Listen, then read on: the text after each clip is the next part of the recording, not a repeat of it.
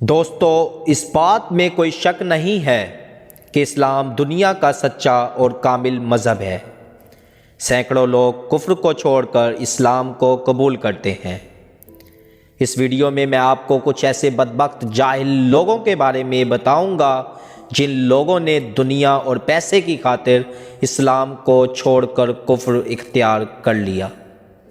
تو دوستو، ویڈیو شروع کرنے سے پہلے آپ لوگوں کو بتاتا جاؤں کہ اگر آپ لوگوں نے فیکٹ ود ارسلان کو سبسکرائب نہیں کیا تو بھی سبسکرائب کر لیں تاکہ ہماری انفارمیٹیو ویڈیوز آپ تک جلد سے جلد پہنچ سکیں۔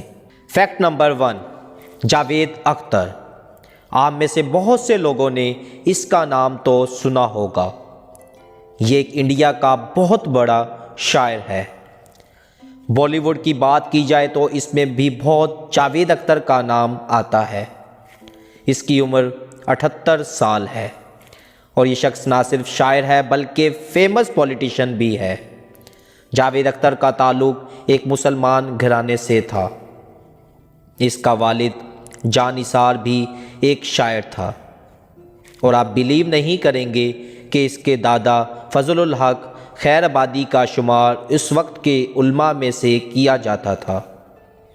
اس کا پورا خاندان بہت نیک تھا، لیکن جاوید اختر کو شروع سے ہی ہندو رسومات اور ان کا کلچر بہت ہی پسند تھا اور اسلام سے یہ کافی زیادہ دور تھا۔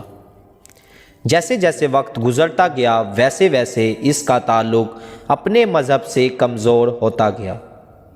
آخر کار اس نے سوشل میڈیا پر سب کو بتا دیا کہ میں ایک مسلمان نہیں رہا۔ سب سے حیرت انگیز کی بات یہ ہے کہ اس کا کہنا تھا کہ اس نے ریسرچ کے مطابق یہ نتیجہ اخذ کیا ہے کہ اس دنیا میں نعوذ باللہ کوئی خدا نہیں ہے اور نہ ہی دنیا میں کوئی ایسی ہستی ہے جس نے اس دنیا اور انسانوں کو بنایا ہے۔ صرف اتنا ہی نہیں، اس کا یہ بھی ماننا ہے کہ مرنے کے بعد انسان کا کوئی حساب کتاب نہیں ہوگا۔ اس نے ایک ٹی وی شو میں دنیا کو بتایا کہ یہ ایک ایتھیزم ہے۔ ایتھیزم کی بات کی جائے تو اس کا کوئی مذہب ہی نہیں ہے اور یہ نہ ہی دنیا میں کوئی یقین رکھتا ہے اور نہ ہی کسی مذہب پر، لیکن اس منکر کی چال ڈھال اور عقیدے صاف پتہ چلتا ہے کہ یہ ایک ہندو بن چکا ہے۔ نہ صرف ہندو مذہب کو اپنایا بلکہ بھارت اور بھارتی لیڈرز کے نعرے بھی لگاتا ہے، کیونکہ اسے اس کام کے باقاعدہ پیسے بھی ملتے ہیں۔ اینی وے، جو بھی ہو، چند ٹکوں کی خاطر دین اسلام کو چھوڑنے والا بد نصیب دنیا میں کوئی نہیں ہو سکتا۔ فیکٹ نمبر 2، فاطمہ ثنا۔ اگر آپ نے عامر خان کی مووی دنگل دیکھی ہے تو آپ اس ایکٹریس کو ضرور جانتے ہوں گے۔ اس کا نام فاطمہ ہے اور اس کی عمر 30 سال ہے اور یہ لڑکی ایک کشمیری گھرانے میں پیدا ہوئی تھی۔ اس کی فیملی مسلمان تھی۔ پہلے تو ثنا مسلمان لڑکیوں کی طرح رہتی تھی، پھر جب اس نے جیسے ہی بالی ووڈ انڈسٹری کو جوائن کیا تو اس کی بیہودہ ڈریسنگ کی وجہ سے مسلمانوں نے اسے کرٹیسائز کرنا شروع کر دیا۔ اسے عامر خان کی مووی دنگل کے لیے سائن کیا گیا تھا۔ جب اسے دنگل فلم سے فیم ملا تو پھر یہ فیم اور دولت کے ایسے نشے میں پڑ گئی کہ اس نے اعلانیہ طور پر کہہ دیا کہ یہ مسلمان نہیں ہے۔ اس بدبخت عورت نے ایک انٹرویو پر کہا کہ سب مجھے کرٹیسائز کرتے ہیں کہ میں بیہودہ ڈریس نہ پہنوں اور بال نہ کٹواؤں، تو اس نے کہا اب میں ایک ایتھیزم ہوں۔ پہلے بھی آپ لوگوں کو ایتھیزم کے بارے میں بتایا کہ اس کا کوئی مذہب نہیں ہوتا۔ اس کے مطابق دنیا میں کوئی خدا ہی نہیں ہے اور جو ہوتا ہے وہ سب کارما ہوتا ہے۔ بہرحال جو بھی ہو، چند ٹکوں کے لیے اپنے دین کو بیچ دینا ایسا بدبخت شخص کون ہو سکتا ہے؟ فیکٹ نمبر 3، سید وسیم رضوی۔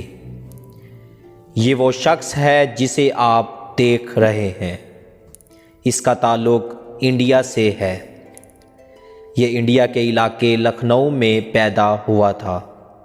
اس کی پوری فیملی مسلمان تھی، ایون کہ یہ اتر پردیش کا شیعہ بورڈ سینٹر کا چیئرمین بھی تھا۔ اس کا بھارت کی سیاسی شخصیات کے ساتھ اٹھنا بیٹھنا تھا، جس کی وجہ سے اس کے اندر کافی حد تک ہندو مذہب آ چکا تھا۔ حالانکہ اللہ تعالیٰ نے قرآن مجید میں بتایا ہے کہ کافر کبھی بھی مومن کا دوست نہیں بن سکتا۔